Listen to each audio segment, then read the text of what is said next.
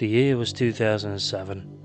I was about 4 years old when my mom and my dad came up to me and asked if I wanted to watch a movie based on an old TV show they saw growing up when they were kids. Naturally, I was a bit opposed to it until they said to me, "No, it's about cars that transform into robots." I was spun out by the idea of it, so I figured I'd give it a shot. I didn't think it was going to be anything too crazy.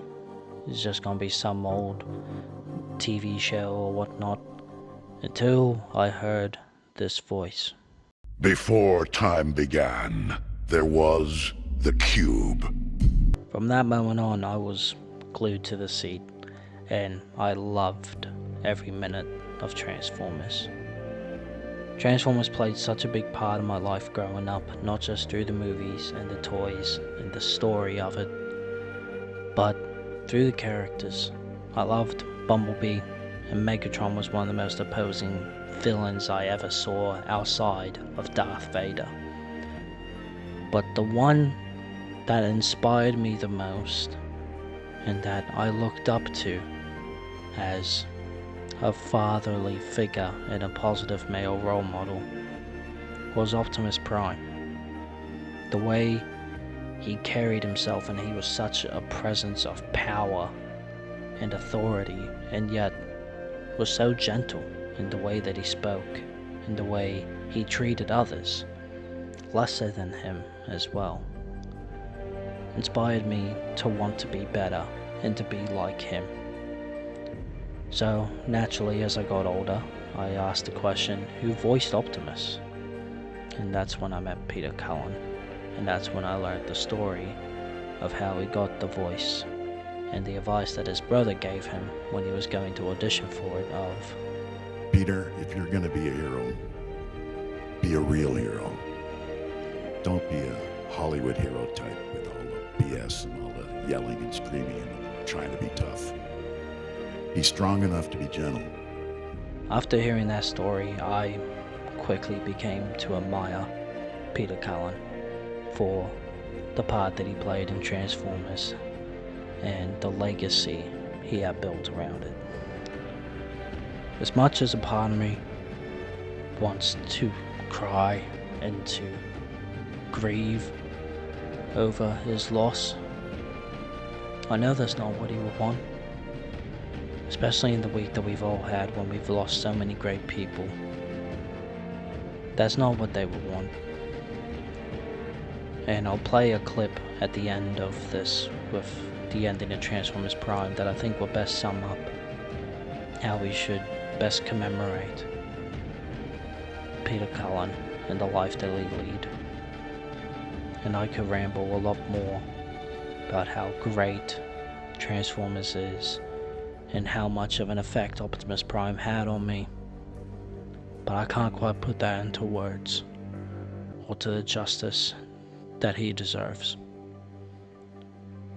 So I'll only say thank you, Mr. Cullen, for teaching me how to be a better person, a leader,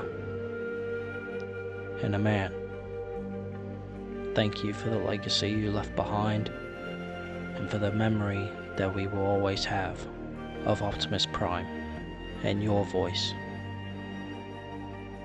May you rest in peace. I mourn your loss with the fans around the world, your family and loved ones and friends. I wish you all the best, and we will meet again.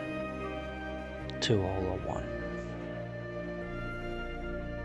Are you telling us that you are now one with the Allspark? That's what you say when someone kicks the... To not return the Allspark to the well would be to prevent future generations of new life from existing on Cybertron. My quest must be completed.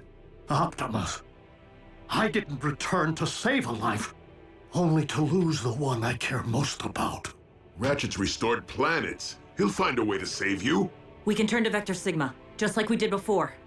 Because the Matrix must now be relinquished with the Allspark, it cannot be restored or passed down to another.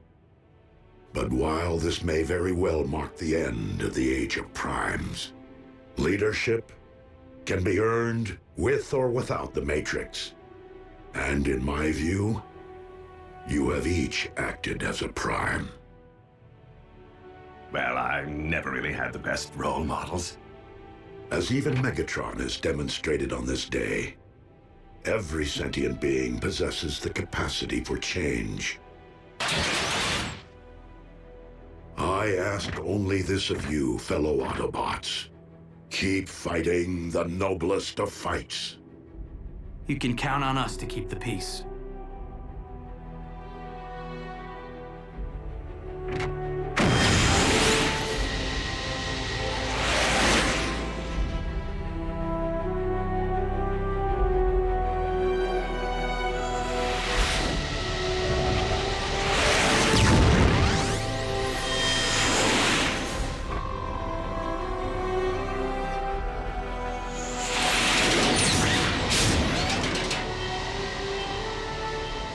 Above all, do not lament my absence.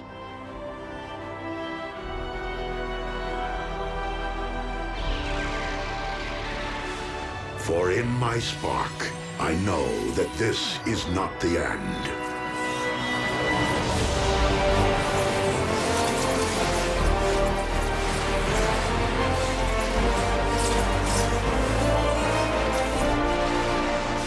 But merely a new beginning.